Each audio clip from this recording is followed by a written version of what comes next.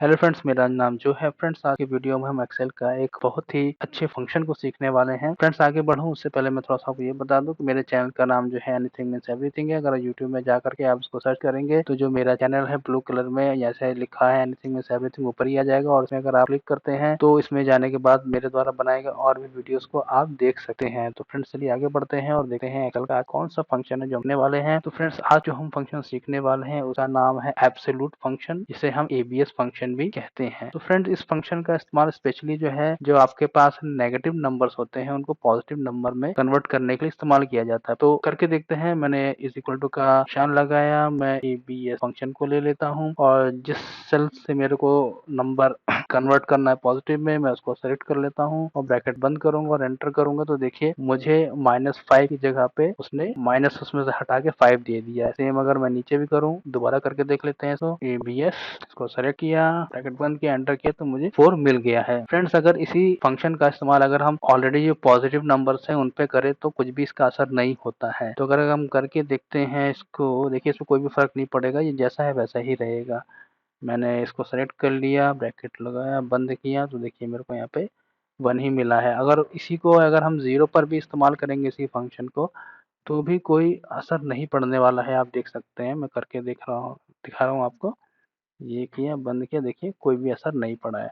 ये तो इसका एक सिंपल तरीका हो गया समझने के लिए एबीएस फंक्शन को। चलिए अब इसको चलते हैं, कुछ इसको एडवांस तरीके से हम इसको समझते हैं। मान लीजिए एक परिस्थिति लेके चलते हैं, ऐसी कौन सी कंडीशन आ सकती है जहाँ पे आपको की जरूरत पड़ सकती है। ठीक है ना। तो चलिए आगे बढ़ते हैं। तो मेरे पास एक दूसरी शीट है, ठीक है, और यहाँ पे देखिए एक ट्रांसफार्मर्स का एक लिस्ट दिया हुआ है। यहाँ पे ट्रांसफार्मर 1, ट्रांसफार्मर 2, ट्रांसफार्मर 3 ऐसे लिखा हुआ है। यहाँ पे उसकी मैगरिंग वैल्यू लिखी हुई है, उसकी यूनिट लिखी हुई है, टारगेट वैल्यू लिखी हुई है, टॉलरेंस लिखी हुई है। ठीक है ना। अब इस जगह पे क्या है, देखिए यहाँ पे जो भी वैल्यू लिखी हुई है मैगो उसमें जो भी लिखा हुआ है ना, इसको आप पूरा लिटरली मत लीजिएगा। ठीक है, ये आपको केवल समझाने के लिए मैंने यहाँ पे लिखा हुआ है। कोई ये बोले नहीं ऐसा नहीं होता वैसा नहीं होता, वो सब बात की बात है। ठीक है, जो मैं समझाना चाहता हूँ उसको समझने की कोशिश कीजिएगा। ठीक है। अब यहाँ मैगरिंग वैल्यू दिया हुआ है, ठीक है ना। तो मैगरिंग करने पे हमको ये कुछ वैल्यू मिली हुई है ट्रांसफार्मर, ओके। और उसके बाद है यहाँ पे टारगेट वैल्यू। टारगेट वैल्यू क्या है कि जब उसकी मैगरिंग करें तो हमको ये वैल्यू जो इसमें लिखी हुई है ये हमको मिलनी चाहिए। ठीक है। और उसके अंदर है फिर आगे टॉलरेंस रेंज। टॉलरेंस रेंज का मतलब ये हो गया कि वो प्लस माइनस 0.75 हो सकता है। हमें जो एक्चुअल में जो वैल्यू मिली है वो 4.5 है, 6 है, 7 है, लेकिन हमको चाहिए 4.5। ये आनी चाहिए। इसमें प्लस माइनस 0.75 है। अब हम इसके अंदर ये पता लगाना चाहते हैं, इस लिस्ट के अंदर, ये लिस्ट छोटी है अभी आपको उदाहरण के लिए, लेकिन किसी किसी जगहों पे ये लिस्ट बहुत बड़ी भी हो सकती है। जहाँ पे कोई कंपनी है, जहाँ पे ट्रांसफार्मर वगैरह बन रहा है, इसका रिपेयरिंग वगैरह हो रहा है, ऐसी जगह पे बहुत ढेर सारे ट्रांसफार्मर हो सकते हैं। ठीक है। अब उनके पास अगर एक्सेल शीट बहुत लंबी है और उनको निकालना है कि कितने ट्रांसफार्मर हैं जो विद इन रेंज आ रहे हैं, जिनके टॉलरेंस के अंदर हैं, और कितने हैं जो टॉलरेंस के बाहर निकल चुके हैं, तो हम इसको कैसे पता लगा सकते हैं। तो इसको करके देखते हैं। मैं इज इक्वल टू लिखूंगा, फिर इफ का फंक्शन ले लूंगा। इफ का फंक्शन लेने के बाद इसके अंदर मैं एबीएस का भी फंक्शन ले लेता हूँ। उसके बाद मैं क्या करूंगा, string value minus target value के बाद ब्रैकेट को बंद करेंगे, और मैं ये देखना चाहता हूँ टॉलरेंस जो मेरा है वो है 0.75। तो मैं कर दूंगा लेस देन और इक्वल टू ये वैल्यू, कॉमा 0, कॉमा 1, ब्रैकेट को बंद करूंगा और उसमें एंटर करूंगा। तो मेरे पास जो वैल्यू निकल के आई है वो निकल के आई है 0। और इसी को अगर मैं नीचे तक अगर खींच दूं, उसको अगर सेंटर में ले लेते हैं तो यहाँ पे देखिए, यहाँ पे जितना 0 आया है मतलब ये सारे ट्रांसफार्मर जो है विद इन रेंज में है, और जिसमें 1 आ गया है वो कोई भी ट्रांसफार्मर जो है इसकी टॉलरेंस रेंज में नहीं है। ठीक है ना। वैसे अगर उसको प्लस माइनस करके मैं अगर निकालता हूँ तो यहाँ पे ये सभी जो है मेरे को नेगेटिव में दिखाई देता, तो मेरे को नेगेटिव में नहीं देखना है इसको। मैं ये चाहता हूँ कि जो भी वैल्यू आ रही है वो एकदम करेक्ट आ जाए। टॉलरेंस इसका मेरे को एग्जैक्ट तरीके से पता चल जाए कि कितने ट्रांसफार्मर हैं जो विद इन टॉलरेंस है, कितने ट्रांसफार्मर ऐसे हैं जो आउट ऑफ टॉलरेंस जा रहे हैं, मतलब जो आउट ऑफ टॉलरेंस जा रहे हैं उनको चेक करने की जरूरत है कि उनके अंदर कोई ना कोई प्रॉब्लम हो सकती है। ऐसा तरीका एक और है को फाइंड आउट करने का, मतलब तरीका सेम ही है लेकिन इस चीज को हम थोड़ा और अलग तरीके से भी दिखा सकते हैं। करके देखते हैं इसको। यहाँ पे मैं यहाँ पे इज इक्वल टू लिखूंगा, के बाद हम इफ का फंक्शन ले लेंगे, के अंदर फिर से वही एबीएस को ले लेंगे। अब उसके बाद हम measuring value minus target value ले लेंगे, ब्रैकेट बंद करेंगे, और मैं इसको कंपेयर करना चाहता हूँ कि ये जो टॉलरेंस रेंज है इसके बराबर आ रहा है या नहीं आ रहा है, इसके बराबर या इससे कम टॉलरेंस रेंज चेक करेंगे। फिर लेस देन और इक्वल टू ये, उसके बाद अगर ये जो वैल्यू है अगर टॉलरेंस रेंज के बराबर या उससे कम आ रहा है तो मैं क्या शो करना चाहता हूँ, जो मैं शो करना चाहता हूँ वो है 0।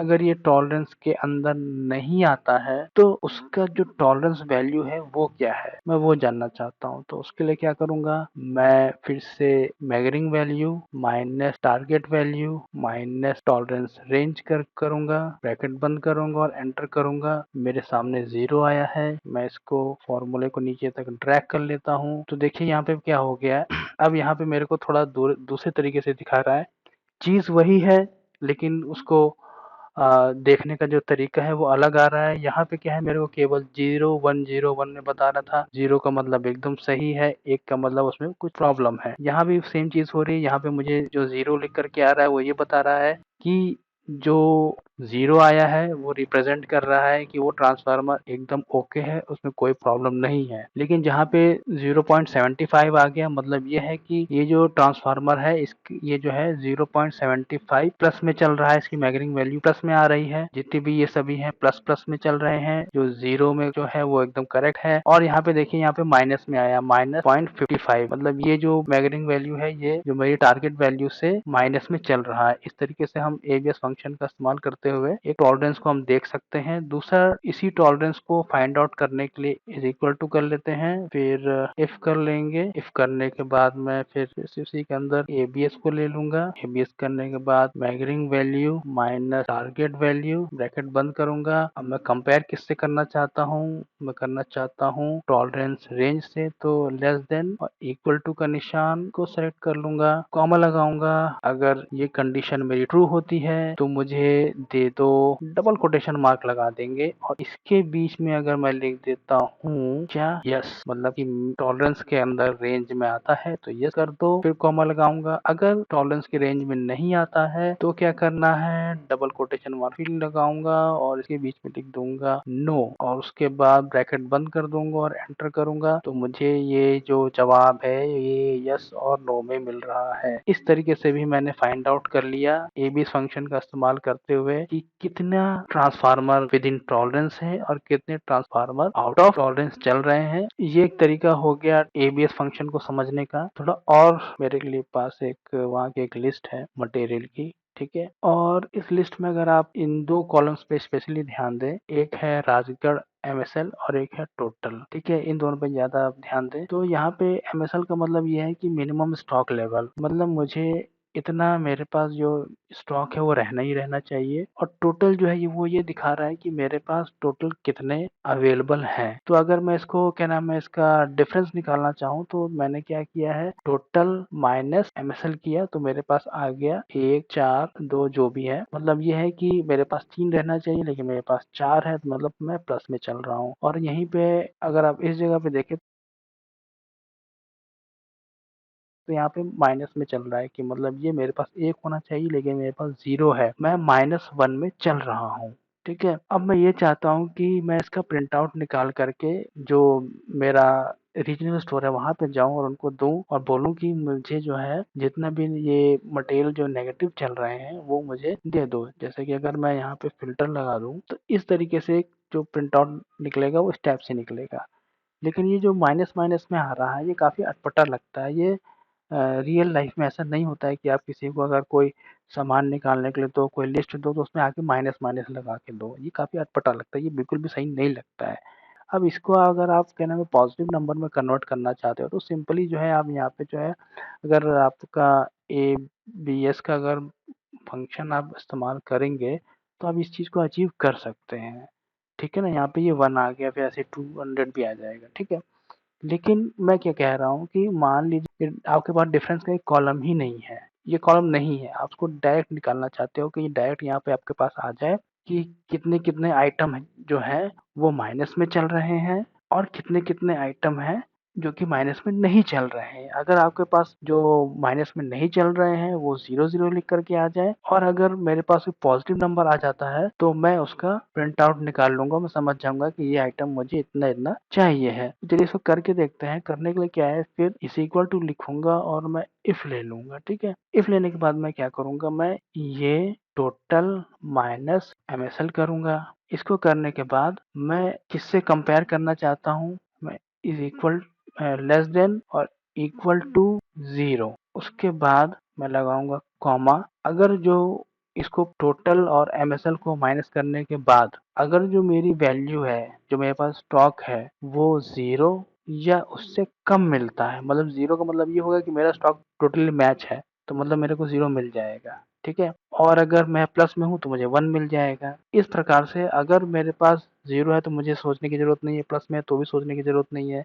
इसके लिए मैं कंपेयर कर रहा हूँ कि लेस देन और इक्वल टू 0 अगर मिल जाता है तो क्या करना चाहिए उसको। उस कंडीशन में उसको करना ये है, एबीएस फंक्शन को इस्तेमाल करो और उसके अंदर टोटल माइनस MSL करो, उसके बाद ब्रैकेट बंद करेंगे तो जो भी माइनस में है वो मेरे को पॉजिटिव करके दे दो, अन्यथा मेरे को 0 दे दो। ब्रैकेट को बंद करेंगे और एंटर करेंगे तो मुझे यहाँ पे जो है, यहाँ पे जो वैल्यू जो देखिए यहाँ डिफरेंस के कॉलम के हिसाब से देखिए तो यहाँ पे मैं प्लस में चल रहा हूँ, मतलब मैं 0 से ग्रेटर देन हूँ, ग्रेटर देन 0 हूँ, इसके लिए मेरे को 0 दे रहा है। ठीक है, और मैं इसको ड्रैग कर लेता हूँ नीचे तक। ओके, तो अगर आप फिल्टर मार देते हैं, मैं फिल्टर मार देता हूँ, मैं यहाँ पे नहीं फिल्टर नहीं मारते, पहले समझ लेते हैं इस जो फंक्शन है, मैं इस फंक्शन को समझ लेते हैं। तो अब यहाँ पे देखिए जो इसने जो है जहाँ जहाँ पे मैं ग्रेटर देन 0 हूँ वहाँ वहाँ पे इसने 0 कर दिया है,